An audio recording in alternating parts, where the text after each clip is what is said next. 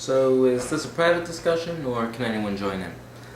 Hi, I'm just going to weigh in here, give my thoughts to this whole misanthropy thing. I'm interested enough to voice my opinion. If you do indeed want me to voice my opinion, well, I'm here doing it anyway. I don't really like making videos in this room because the light's right up there, so I get like shadow with my glasses and my nose.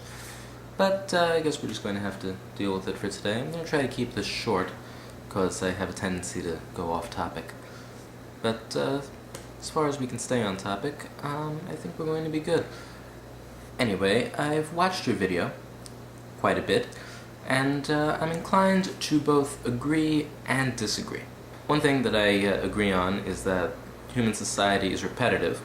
The problems that we've had in the past are the problems that we're going to continue to have in the future, and that the mistakes that people have made in the past, people are going to continue to make in the future. I also agree with your other big point, well, the point toward the end, that humans are indeed animals. However, one thing that I don't see is how this is a justification for misanthropy, or how this supports the idea that humans as a species are somehow, I don't know, either stupid or incapable, or I'm not going to say worthless, but just somehow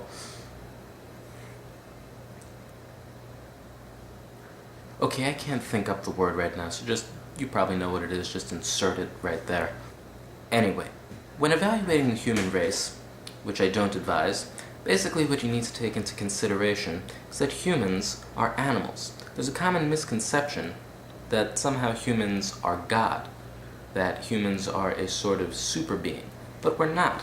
We're animals. We're part of this big, massive, cyclical biosphere. There. Not biosphere, biosphere. Now, we have the same basic goals, the same basic natural goals that every other animal species has. We're born and we need to eat, we need to protect ourselves, basically self-preservation and preservation of the species, because that's what pretty much every living thing's purpose is. And living things interact with each other, but primarily that's our goal. Now, overall, you may point to certain social flaws or anything, but these are universal. In the social structures that we humans have, and I will admit that of all of the animals we are probably the most complicated in that sense, but there are certain universal problems, such as tyranny, I don't know, there's poverty, I don't know if you'd call that a problem, and all sorts of things that have been around as long as humans have been around, and that are not going to go away anytime soon. And I agree, and I mean, this is true, but basically what I say is, so humans have a pretty complicated social structure. Then again, all animals have social structures, and we've got some basic and consistent problems within this social structure, or rather, we have some basic and consistent aspects to our social structure that creates problems and can make life kind of difficult. This is, and when I say difficult, this can range from something very small to something very, very big, like massive death. Now, okay, I'll agree with you there. But how is that a bad thing? I mean, think about it.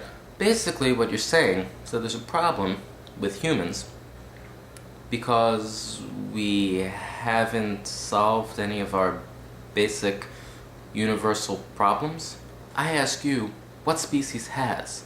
I mean, what species lives a utopian existence? None of them, really. I mean, we have technology, and technology is designed to make our lives easier. Generally, it's not designed to solve our problems. I mean, no species on Earth has ever solved any of its most basic problems, and no species ever will. And you talk about evolution, well, evolution occurs between species. It's not something that individual species do over a period of a couple thousand years. You ever think about that? And I don't mean to sound like, oh, and there's someone honking outside. And I don't mean to sound, whatever. But it's true. You need to think about it. Humans are a relatively new species to this planet, and all of that. Okay, the honking stopped. And, okay, so overall, here's what I'm saying. The problem is, you're judging humans as a species, not individual humans, but you're judging the entire human race and holding humans to an individual standard. Creatures, in general, in nature, in the world, are competitive. There's some cooperation, but for the most part, it's competition. Every species has some problems. Every species as a whole could be a lot happier. But saying that there's something wrong with humans because they haven't ended war in a couple thousand years is like saying that there's something inherently wrong with mice because they haven't come up with a way to not get eaten in a couple million years. Because, again, humans are the most advanced species on the planet. I'll say that much. That doesn't mean that humans are perfect. That doesn't mean that humans are supernatural. Now, I mean, is it possible if everyone worked together to end world hunger? Yes, of course, it probably is possible with the technology that we have today. But when you think about it, that's not in our nature. And is that a bad thing? No, because that's not in anything's nature. You know, you can't hold an entire species to the same standard that you would hold an individual human. You need to think about the species relative to its place in the... But now, the good part. What you should do, you should judge individual humans. You know? You shouldn't judge man, because you can't judge man. Because man isn't a person, man is an entire species. You've never met man.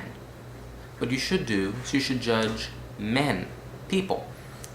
You know, I say that we're the most advanced species.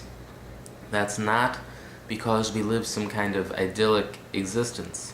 What I'm saying is that we're the most advanced because, I mean, technologically, all of our basic life goals, all of our basic animal goals, like such as shelter, food, whatnot. I mean, entertainment is like one of the few things that we humans enjoy, or that we have that animals don't. But I mean, just in general, our basic needs, it's much easier to satisfy them. I mean, when you think about it, and I mean, I think you agree with this, when you think about it, modern man, for the most part, lives a bit easier than Neolithic man. And, okay, that's not really a societal thing, it's a technological thing, and so that's one thing. And there's also intelligence, you know? You constantly say that humans are stupid, but are we? I mean, when you think about it, all of the great things that, I mean, you could appreciate some things. You could appreciate literature, you could appreciate art, and all of that was created by humans. Does that mean that humans are naturally artistic creatures?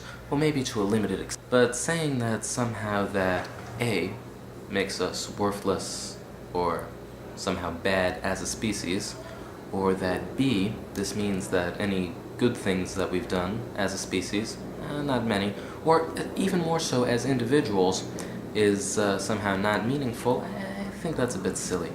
But still, I'm interested to hear everything you have to say, and I'm interested to looking into if there is a volume 2, maybe seeing that, and okay, that's about it. Probably used up more time than I have, so good day.